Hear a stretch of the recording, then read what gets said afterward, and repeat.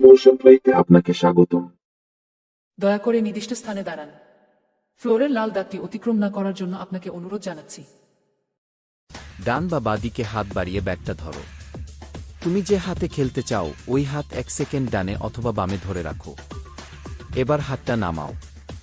এখন তোমার এক হাতে বল আছে এবং অপর হাতে আছে ব্যাট।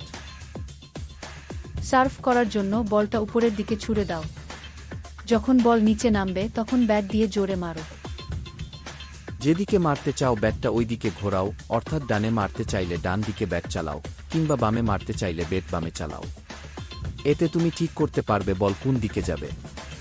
তাছাড়া তুমি চাইলে বল সুইং করাতেও পারো, তার জন্য ব্যাটটা উল্টো দিকে ঘোরাতে হবে। যদি আগেই ব্যাট চালাও তাহলে ভালো ফল পাবে।